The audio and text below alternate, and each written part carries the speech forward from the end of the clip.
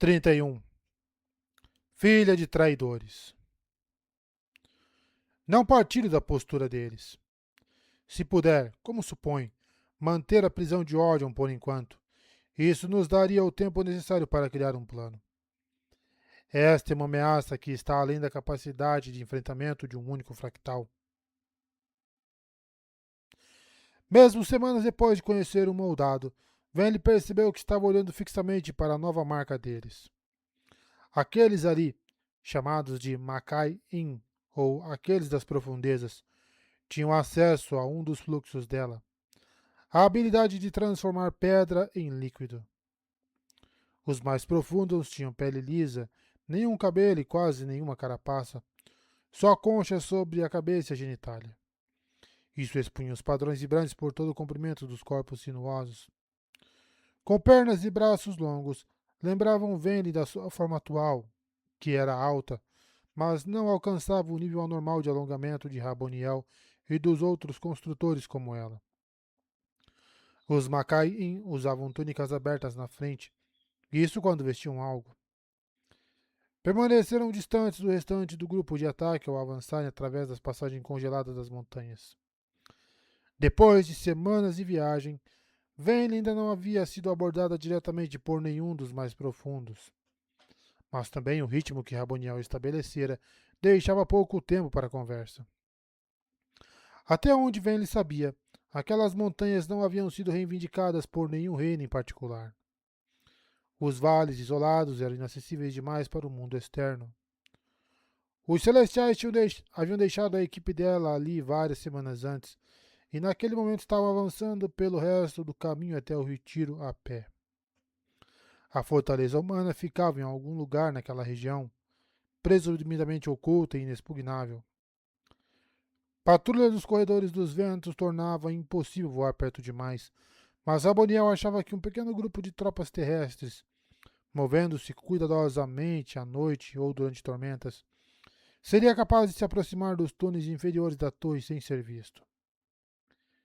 Então Vene se juntou ao restante do grupo e saiu da sombra da cobertura da árvore, cruzando o chão de pedra. Como nos outros dias, Raboniel estabeleceu um passo caracteristicamente difícil, embora Vene soubesse que só começaria a se sentir cansada depois de algumas horas. A antiga erudita havia trocado as túnicas majestosas por trajes de couro de viagem apropriados para a batalha, e seu coque soltava filamentos capilares de um laranja avermelhado intenso, que caíam sobre a cabeça quase totalmente coberta por uma carapaça. Ela instigou o grupo a marchar, cada vez mais ávida. Estava se aproximando da torre. Só faltavam alguns dias. O vale de terras elevadas era praticamente estéril, abrigando apenas os petrobulbos mais resistentes e agrupamentos ocasionais de árvores atarracadas, com os galhos entrelaçados para criar um emaranhado resistente. Embora as folhas dessas árvores se retraíssem diante das tempestades, os ramos permaneciam firmes e juntos. Não havia um único espreno de vida à vista, mas os esprenos de frio forravam o chão, apontando para o céu. Como seria de esperar, havia mais petrobulbos nas encostas a solta-vento, mas cicatrizes de chão preto fulminado e trechos queimados indicavam que, quando a tempestade eterna passara, não domara sua fúria. As alturas pareciam sofrer mais ataques de relâmpagos do que as terras baixas. Ela caminhou mais rápido para passar pelos soldados e se posicionar ao lado dos mais profundos. Gostava de observá-los, porque eles se misturavam com a pedra, mesmo ao se moverem. A luz azul brilhante da lua de honra revelava 30 figuras, algumas em trajes ondulantes, deslizando pelo chão de mesmo pé.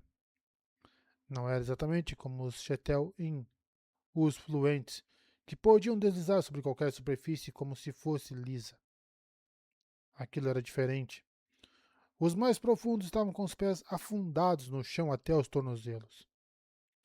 Eles se moviam de modo diferente de tudo que Vayne já vira, como gravetos em uma corrente após uma grande tormenta poderosa, como se a pedra os estivesse empurrando para a frente, enquanto eles permaneciam imóveis. Os olhos tinham um brilho rubro, como os de todos os moldados e régios, mas pareciam ter um tom mais sinistro e sombrio. Eles interessam a você, eu notei, disse uma voz ao lado de Venli. Ela se sobressaltou e se virou para Raboniel, que caminhava ao seu lado. Venli se afinou com ansiedade e timbre tamborilou em seu interior, preocupada. E estaria prestando atenção demais? Aquilo seria considerado suspeito? Ela abaixou a cabeça e cantarolou em agonia. Já temia que a missão arriscasse expor seu laço. Não precisa sentir vergonha, disse Raboniel em arrogância. A curiosidade é bem-vinda nos cantores. É uma paixão digna, última ouvinte. Vene conteve a ansiedade ao caminhar, a passos rápidos, sob o olhar de Raboniel. Pretendia servir bem aquela moldada, como Leshwe havia pedido. Da equipe, apenas Vene era régia, então só ela era capaz de fazer aquela viagem difícil. Até então, havia servido a Feminem em tarefas silenciosas. Preparar sua esteira à noite e pegar água para ela beber. Não recebera muitas outras tarefas e mal recebera instruções. Havia começado a pensar que servir Raboniel seria, se não fácil, pelo menos rotineiro. Por que estava agora chamando a atenção da Feminem? Você é uma escolha tão estranha de Lashwe. Quando descobri quem havia sido concedida como minha nova voz. Para muitos, você é apenas a filha de traidores. Contudo, foi honrada por Lashwe, chamada por ela de a última ouvinte, comentou Raboniel. Ela foi generosa, ser antigo. Ela tem uma boa opinião de você. Moldados não são generosos. Recompensam competência e paixão. Mesmo no caso de uma filha de traidores. Eu deveria ter esperado que a voz de Lashwe fosse alguém incomum. Ela está entre os mais inteligentes e habilidosos dos celestiais. Ela poderia discordar disso, ser antigo. Sim, eu entendo agora o quanto ela se esforça para que os outros a subestimem, apontou Raboniel em satisfação. Ela é perigosa, e isso é bom. Ela olhou para Vende e piscou os olhos vermelhos uma vez, cantarolando baixinho em satisfação. Timbre tamborilou dentro de Vende. Raboniel sabia demais. Era óbvio que havia notado que Vende era uma espião de Lashwe. Mas o que mais Raboniel havia descoberto? Sem dúvida ela não sabia de toda a verdade. Diga-me, o que há nos mais profundos que tanto a interessa? Por que passa horas olhando para eles? Perguntou Raboniel. Considero os poderes deles fascinantes, disse Vende. Pois era melhor não mentir, exceto quando necessário. 9 marcas de moldados. 9 fluxos. Você sabe sobre os fluxos? Questionou Raboniel. As forças inatas pelas quais toda a vida e toda a realidade estão conectadas. Gravitação, transporte, transformação. Mas eu pensei que havia 10. Isso são boatos dos humanos, disse Raboniel em escárnio. Eles alegam que há uma 10ª apenas de honra. A adesão não é um fluxo de verdade, mas uma mentira que foi apresentada a nós como um. Os verdadeiros fluxos são de honra e de cultura. Cultura para a vida e honra para transformar o fluxo em uma lei natural. As coisas precisam cair no chão. Então eles criaram fluxos para fazer isso acontecer. E o fluxo deles? Perguntou Vene, gesticulando na direção dos mais profundos. Coesão, disse Raboniel. O fluxo de coesão axial. Aquele que liga os menores pedaços de todos os objetos uns aos outros, que nos mantém inteiros. Os Macaim podem misturar sua essência à essência de outras coisas, mesclando-se com seus axi. Tudo é feito de vazio, na maior parte, embora não possamos enxergar isso. Uma pedra, como uma mente, existe para ser preenchida pelo pensamento e investidura. Vene cantarolou em ânsia. Respostas. Finalmente, respostas. Não entendi nem metade daquilo, mas que um dos moldados respondesse tão facilmente. Isso a empolgava, embora a timbre pulsasse em cautela. Cada radiante tem 2 fluxos, cada moldado tem um. Então os radiantes são mais poderosos? Perguntou Vane. Poderosos? É melhor ter muitas habilidades ou operar apenas uma de modo exímio. Nós, os moldados, conhecemos nosso fluxo como uma intimidade que um radiante jamais alcançará. Humanos. Eles não foram criados para este mundo, nem para os fluxos, nem para as tempestades. A luz vaza deles como água entre os dedos. Humanos têm lampejos de grande poder, mas não conseguem manter o que têm. Um moldado pode conter luz e se deleitar nela indefinidamente. Até mesmo um régio como você experimenta esse poder de uma maneira inferior. A maioria não sabe. Mas você contém uma pequena quantidade de luz do vazio na gema coração. Você não pode usá-la ativamente, claro, mas talvez a tenha sentido inflamando suas emoções.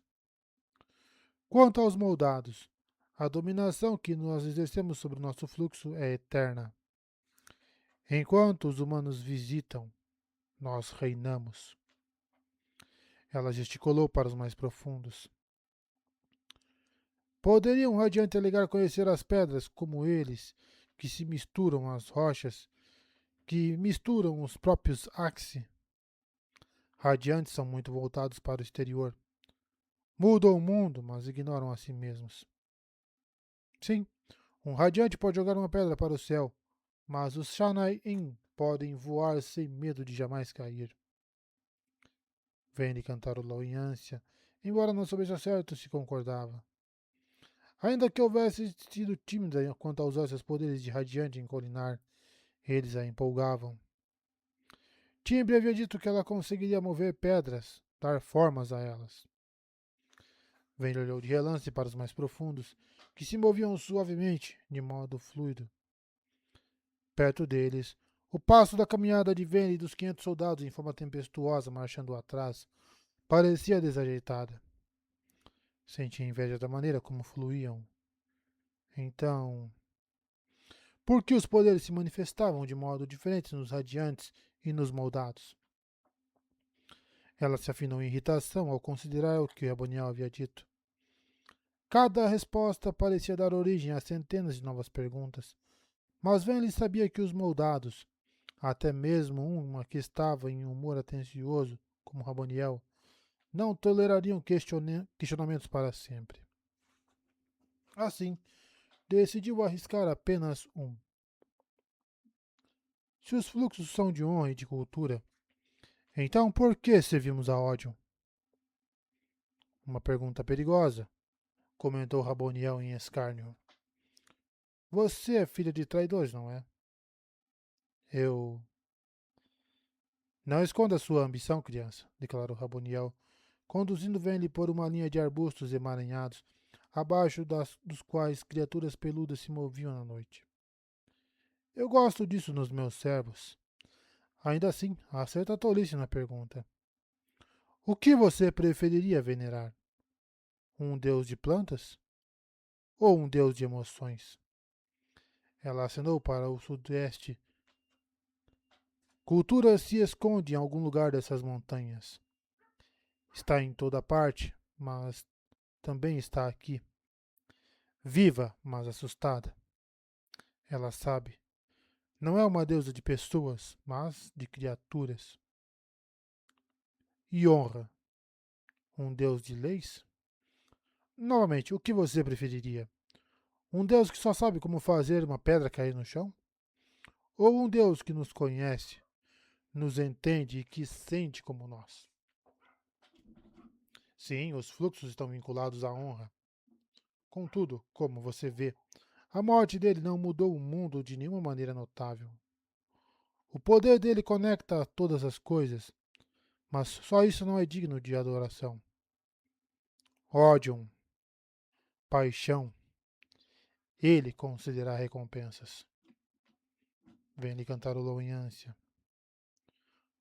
Você quer mais, não quer? Observou Raboniel. Só alguém com ambição estaria onde você está agora. Sirva bem e receberá as bênçãos disponíveis para os dignos. Verdadeiro conhecimento, verdadeira vida. Vem, ele continuou a cantarolar, embora seu ritmo interno fosse algo muito mais incerto. O ritmo dos perdidos. Não sabia o que pensar de Raboniel. Muitos moldados tinham alguma variedade de desequilíbrio. Vingativos, destrutivos, presunçosos. Ao ouvir as ofertas cuidadosas e perceptivas da criatura, Vane percebeu que estava com medo. Ela era muito mais perigosa do que qualquer outra que a última ouvinte já havia encontrado. Raboniel se afastou, avançando a passos largos ao lado dos mais profundos, figuras silenciosas e deslizantes. Vane continuou caminhando, surpresa ao notar Rotan se aproximando. Ele era o chefe dos soldados de Lady Lashway, não parte da equipe de Vane, mas análogo a ela em autoridade. Ele, como a maioria dos soldados de Lashway, havia sido emprestado a Raboniel para a incursão. Os soldados do perseguidor também haviam se juntado a eles, um grupo que Vane sabia ter uma reputação assustadora. Haviam sido cruéis com os humanos de Corinar, mas estavam entre os mais fortes e orgulhosos das tropas dos cantores, usando imponentes e distintos uniformes. E agora misturavam-se as tropas mais calmas e cuidadosamente treinadas de Lashway, formando uma unidade de ataque poderosa e disciplinada. Vane não havia interagido muito com Rotan e os soldados, mas não tinha nada contra eles. Além do fato de outros régios a deixarem preocupada, já que continham esplenos de vazio nas gemas do coração. A cada passo, Rotan, uma figura poderosa, parecia emanar energia. De vez em quando, faíscas relampejavam nos olhos vermelhos profundos. Ela se lembrava daquela sensação de usar a forma tempestuosa, a forma que havia usado quando conduziu o próprio povo para a perdição. Você não devia incomodar os moldados, Vane, comentou Rotan em escárnio, olhando para Raboniel. A maioria não é tão indulgente quanto Lashway. Tome cuidado. Não quero vê-la cair. Você é útil para nós. Eu não havia notado que você se importa. Lashway valoriza você, portanto o resto de nós também valoriza. Rotan se afastou, simples assim. Costumava exigir respostas, nem não costumava exigir respostas, nem mesmo reações. Simplesmente mantinha sua postura, falava o que pensava e esperava ser compreendido. Seria bom ter alguém como ele do meu lado, pensou Vane. Mas não, era muito perigoso. Perigoso demais. Ela não podia se dar o luxo de pensar sobre recrutamento naquele momento. Precisava se concentrar em continuar viva. Pois, por mais extenuante que fosse a caminhada pelas montanhas, sabia que algo mais perigoso a aguardava. Em uma semana, eles chegariam ao retiro, e então o teste de verdade começaria.